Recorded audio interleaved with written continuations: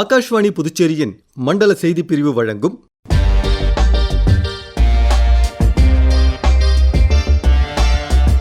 செயற்கை நுண்ணறிவை பயன்படுத்தி போலி செய்திகளை கண்டறிவது எப்படி என்பது குறித்த சிறப்பு தொகுப்பு நிகழ்ச்சி. இதில் இடம்பெறுவது கோழிக்கோடு பல்கலைக்கழகத்தின் இதழியல் துறை உதவி பேராசிரியர் ஹபீப் ரகுமான் வழங்கும் தகவல்கள். இன்றைய டிஜிட்டல் உலகில் உண்மையான செய்திகளுக்கு இணையாக போலி செய்திகளும் வேகமாக பரவி வருகின்றன. இப்படிப்பட்ட போலி செய்திகளை செயற்கை நுண்ணறிவு மூலம் கண்டறியும் வழிமுறைகள் குறித்த ஒருநாள் பயிலரங்கம் அண்மையில் புதுச்சேரியில் நடைபெற்றது. மத்திய அரசின் பத்திரிகை தகவல் அலுவலகமும் புதுச்சேரி அரசின் செய்தி மற்றும் விளம்பரத்துறையும் இணைந்து பத்திரிகையாளர்களுக்காக ஏற்பாடு செய்திருந்த இந்த ஒருநாள் பயிலரங்கில் கோழிக்கோடு பல்கலைக்கழகத்தின் இதழியல் துறை உதவி பேராசிரியர் ஹபீப் ரகுமான் கலந்து கொண்டு விளக்கமளித்தார். அதிலிருந்து ஒரு பகுதியை இப்பொழுது கேட்கலாம். நம்ம எல்லாருமே சோஷியல் மீடியா யூஸ் பண்ணிகிட்டே இருக்குது. அதனால சோஷியல் மீடியாவில் அது ஃபேஸ்புக் ஆனாலும் இன்ஸ்டாகிராம் ஆனாலும் ஒரு ஈவன் த்ரெட்ஸ் மாதிரி எந்த சோஷியல் மீடியா ஆனாலும் வாட்ஸ்அப்பில் கூட நிறையா ஃபேக் நியூஸ் வந்துட்டு இருக்குது. அதனால இந்த வேர்டு ஃபேக் நியூஸ் என்னது ஒரு பாப்புலரான வேர்டாக மாறிட்டு இருக்கு. ஃபேக் நியூஸ் அப்படி சோஷியல் மீடியா யூஸ் பண்ணும்போது எல்லாமே நம்ம கேட்டுகிட்டே இருக்குது. ஆக்சுவலி என்ன ஃபேக் நியூஸ்? ஃபேக்கான ஒரு விஷயம் எப்படி நியூஸாக வரும்? அது நம்ம கொஞ்சம் யோசிக்க வேண்டிய விஷயம் தான். ஆக்சுவலாக ஃபேக் நியூஸ்னு ஒரு டேர்மை அகாடமிக்ஸில் நம்ம யூஸ் பண்ண மாட்டேன். அகாடமிக்ஸில் we are using some other terms for that. அது ஃபேக் நியூஸ் கிடையாது, மிஸ்இன்ஃபர்மேஷன், டிஸ்இன்ஃபர்மேஷன் அந்த மாதிரி தான். அப்போ என்ன மிஸ்இன்ஃபர்மேஷன், என்ன டிஸ்இன்ஃபர்மேஷன், என்ன அதோட டிஃப்ரென்ஸ், அது நம்ம முதல்ல we will look at it. So misinformation நான் ஏதோ ஒரு வாட்ஸ்அப் ஃபார்வர்ட் மாதிரி ஏதோ ஒரு மெசேஜ் இல்லைனா சோஷியல் மீடியாவில் ஃபேஸ்புக்லேயோ ஒரு இன்ஸ்டாகிராம்லேயோ ஒரு போஸ்ட்டு இஃப் ஐ ஆம் திங்கிங் அது கரெக்டாக இருக்குதுன்னு யோசிச்சு அப்படியே அதை ஷேர் பண்ணும்போது ஆக்சுவலி அது மிஸ்இன்ஃபர்மேஷன். ஏன்னா எனக்கு புரியாமல் நான் ஷேர் பண்ணுறேன். ஐ ஆம் thinking that it is true, அது ட்ரூவான்னு நினச்சி அப்படியே நான் ஷேர் பண்ணுறேன். ஸோ அந்த மாதிரி ஆக்ஷனுக்காக நம்ம மிஸ்இன்ஃபர்மேஷன் ஒரு டேர்ம் யூஸ் பண்ணுறேன். Same time if I know that is mistake, if I know that is wrong, அப்பவும் கூட நாம் ஷேர் பண்ணும்போது அது டிஸ்இன்ஃபர்மேஷன். டெலிபரேட்டான ஷேர் பண்ணும்போது அது டிஸ்இன்ஃபர்மேஷன். எனக்கு புரியும் அது மிஸ்டேக், அது கரெக்ட் இல்லை அப்படி தெரிஞ்சாலும் இஃப் ஐ ஆம் ஷேரிங் இட் அகெயின் அப்போது அந்த ஆக்ட் டிஸ்இன்ஃபர்மேஷன் சொல்கிறேன். ஸோ இது பேசிக்கான டிஃப்ரென்ஸ் மிஸ்இன்ஃபர்மேஷன் அண்ட் டிஸ்இன்ஃபர்மேஷன். அகாடமிக்ஸில் எல்லாமே ரிசர்ச்சில் எல்லாமே இந்த ரெண்டு டேர்ம்ஸ் தான் யூஸ் பண்ணுறேன். ஃபேக் நியூஸ்ன்றது ஒரு கொலோக்கியல் டேர்ம் தான், கொலோக்கியல் யூசேஜ் தான், ஒரு பாப்புலர் டேர்ம் தான். ஆனால் இது எல்லாமே சேர்த்து தான் ஃபேக் நியூஸ்னு நம்ம சொல்லிகிட்டே இருக்கு. ஸோ இந்த ஃபேக் நியூஸ் ஏன் சோஷியல் மீடியாவில் மட்டும் வந்துட்டே இருக்குது? அது நம்ம ரொம்ப யோசிக்க வேண்டிய விஷயந்தான். பிகாஸ் நியூஸ் பேப்பரில் நம்ம ஃபேக் நியூஸ் பார்க்க முடியாது இல்லை. சிமிலராக ரேடியோவில் கூட அவ்வளோ கரெக்டான இன்ஃபர்மேஷன் மட்டும்தான் ரேடியோவில் கிடைக்கும். டெலிவிஷனில் கூட இந்த மாதிரி ஃபேக் நியூஸ் எதுவும் வராது. ஏதோ கொஞ்சம் மிஸ்டேக் வந்தால் இட்ஸ் ஓகே. அதுக்கப்புறம் நம்ம சோஷியல் மீடியாவில் வந்த மாதிரி நிறையா ஃபேக் நியூஸ் இந்த மாதிரி ட்ரெடிஷ்னல் மீடியாவில் எதுலையுமே வராது. அப்போ ஏன் சோஷியல் மீடியா மட்டும் இந்த ஃபேக் நியூஸுக்கு ஒரு இடவாய் மாறிட்டு இருக்குது? அது ஒரு ரொம்ப முக்கியமான விஷயம். அதோட மேஜர் ரீசன் சோஷியல் மீடியானா ஒரு அன்கண்ட்ரோல்டு ஸ்பேஸ் தான். யாருக்கும் என்ன வேணாலும் போஸ்ட் பண்ணலாம். அங்கே எடிட்டர் கிடையாது, அங்கே ஒரு ஃபில்டரிங் ப்ராசஸே கிடையாது. ஸோ ஒரு மொபைல் ஃபோனும் இன்டர்நெட் கனெக்ஷன் இருந்தால் யாருக்கு வேணாலும் என்ன வேணாலும் போஸ்ட் பண்ணலாம். அப்போது அது க்ராஸ் செக் பண்ணுற ரெஸ்பான்சிபிலிட்டி கூட யூசர்ஸுக்கு மட்டும்தான்.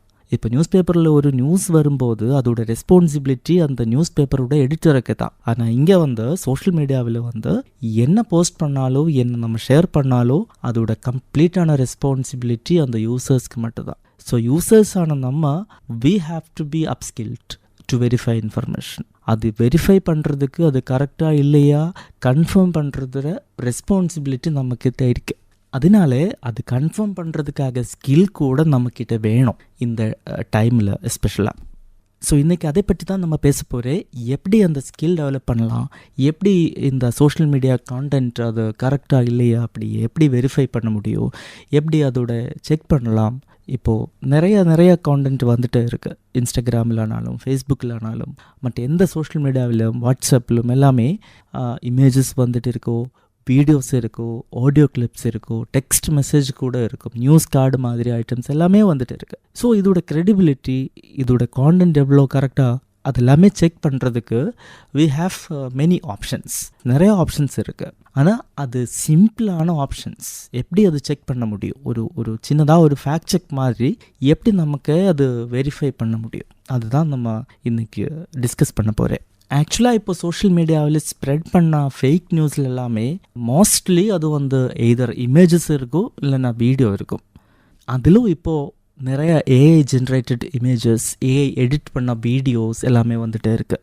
ஸோ இந்த வெரிஃபிகேஷன் பற்றி பேசும்போது நம்ம ஃபர்ஸ்ட் லெசன் வந்து நமக்கு என்ன பார்த்தாலும் அதில் ஒரு டவுட் இருக்கணும். ஒரு டவுட்டு தான் முக்கியம். அந்த டவுட்டு வந்தால் மட்டும்தான் we will go and check it. Doubt இல்லைன்னா நம்ம என்ன பண்ணுவேன்? நம்ம சும்மா அதை வந்து இக்னோர் பண்ணி விட்டுடுவேன், இல்லைனா நம்ம ஷேர் பண்ணி வேறு யாருக்குமே ஷேர் பண்ணி போட்டுவேன். ஸோ ஃபேக்ட் செக்கிங்கில் வந்து பேசிக் லெசன் அது வந்து டவுட் தான். டவுட் வேணும்.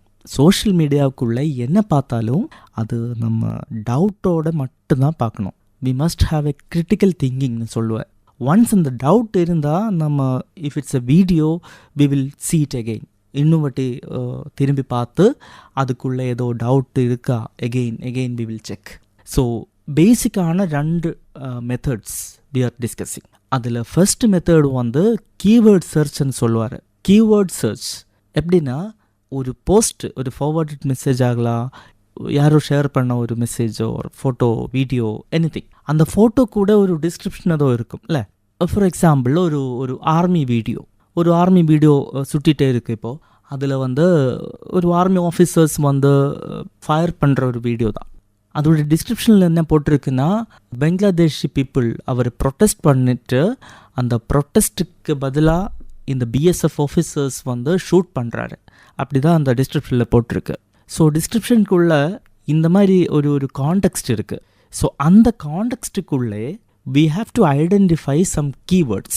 So in this particular context இங்கே வந்து இது என்ன சொல்கிறேன், பிஎஸ்எஃப்பை பற்றி சொல்கிறேன், பங்களாதேஷி பீப்புள் பற்றி சொல்கிறேன், ஒரு அந்த ப்ரொட்டஸ்ட்டை பற்றி சொல்கிறேன். ஸோ இதெல்லாமே அந்த கான்டெக்ஸ்ட் தான். ஸோ இந்த கான்டெக்ஸ்டில் இருந்து we have to identify some 3 keywords. 3 keywords மட்டும் ஐடென்டிஃபை பண்ணணும். அது வந்து பிஎஸ்எஃப்னு ஒரு கீவேர்டு இருக்கலாம், அப்புறம் பங்களாதேஷி பீப்புள் அது வந்து ஒரு கீவேர்டு ஆகலாம், அப்புறம் ஃபயர் வந்து ஒரு கீவேர்டு. இப்படி எல்லாமே கீவேர்ட்ஸ் நம்ம செட் பண்ணி வைக்கலாம். ஸோ இந்த மாதிரி கீவேர்ட்ஸ் செலக்ட் பண்ணுறதுக்கு அப்புறம் நம்ம சும்மா கூகுள் எடுத்து புதுசாக ஒரு டேப் ஓப்பன் பண்ணி அதில் first we have to type fact check.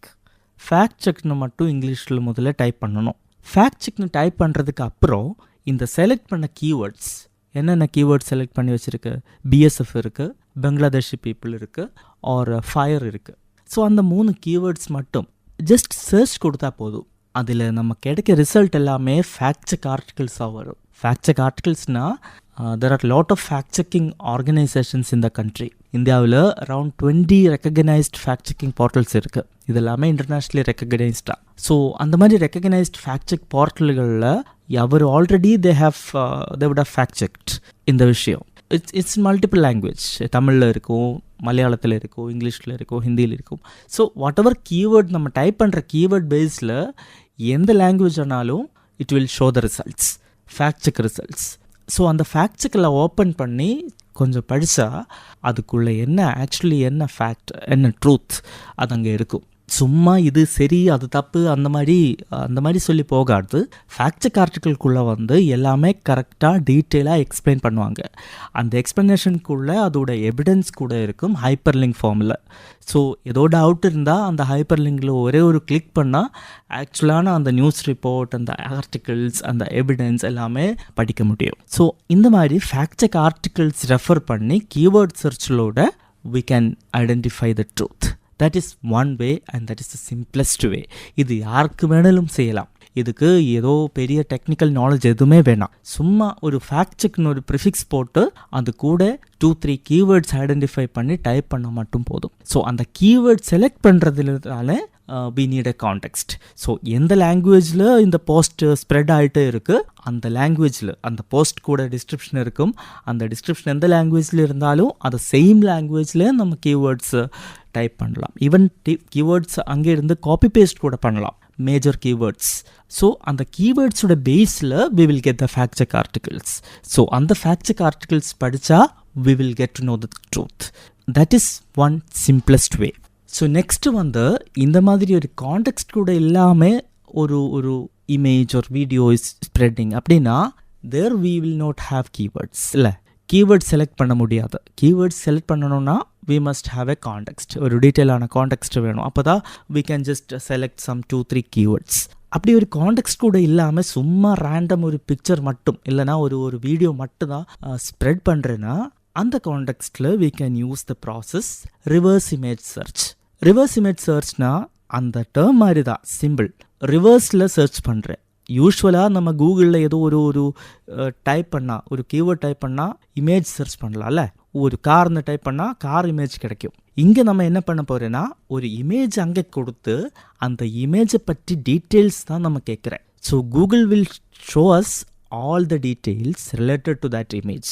அது வெப்பில் எங்கே இருந்தாலும் எந்த வருஷம் பப்ளிஷ் பண்ணாலும் அந்த ஓல்டாக இருந்தாலும் சரி அந்த டீட்டெயில்ஸ் we will get.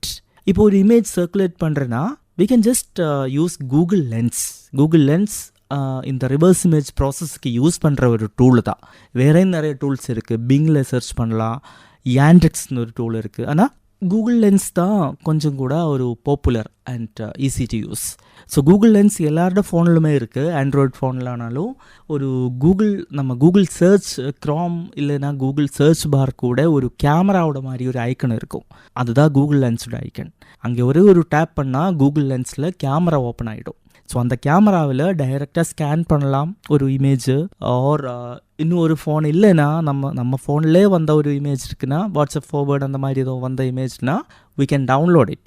அந்த டவுன்லோட் பண்ணி அந்த டவுன்லோட் கேலரியில் இருக்கும் அந்த ஃபோட்டோ கூட இந்த லென்ஸில் ஆட் பண்ணி ஸ்கேன் பண்ணி சர்ச் பண்ணலாம். ஸோ இது சர்ச் பண்ணும்போது அந்த இமேஜ் அந்த கலர் கோட் எல்லாமே அனலைஸ் பண்ணி அந்த இமேஜ் வெப்பில் எங்கே இருக்கோ அந்த ரிசல்ட்ஸ் எல்லாமே வரும். ஸோ அது வந்து சப்போஸ் ஒரு 2 years பேக் வந்த ஒரு இமேஜ் இருக்குன்னா all the details related to that image we will get.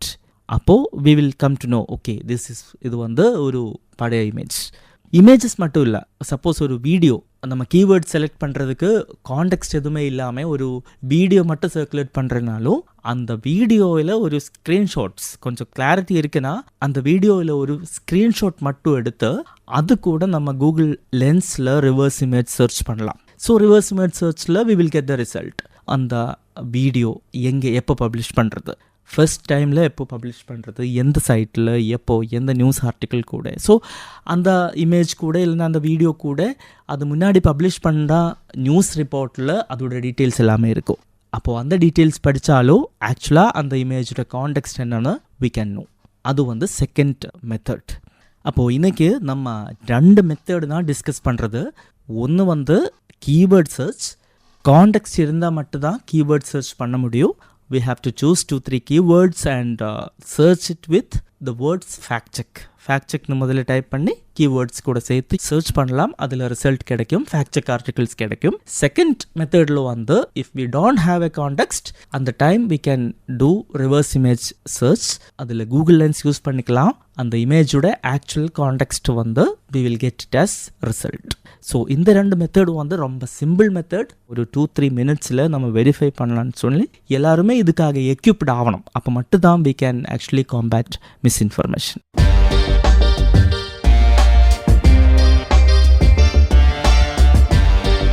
நேயர்கள் இதுவரை கேட்டது செயற்கை நுண்ணறிவை பயன்படுத்தி போலி செய்திகளை கண்டறிவது எப்படி என்பது குறித்த சிறப்பு தொகுப்பு நிகழ்ச்சி.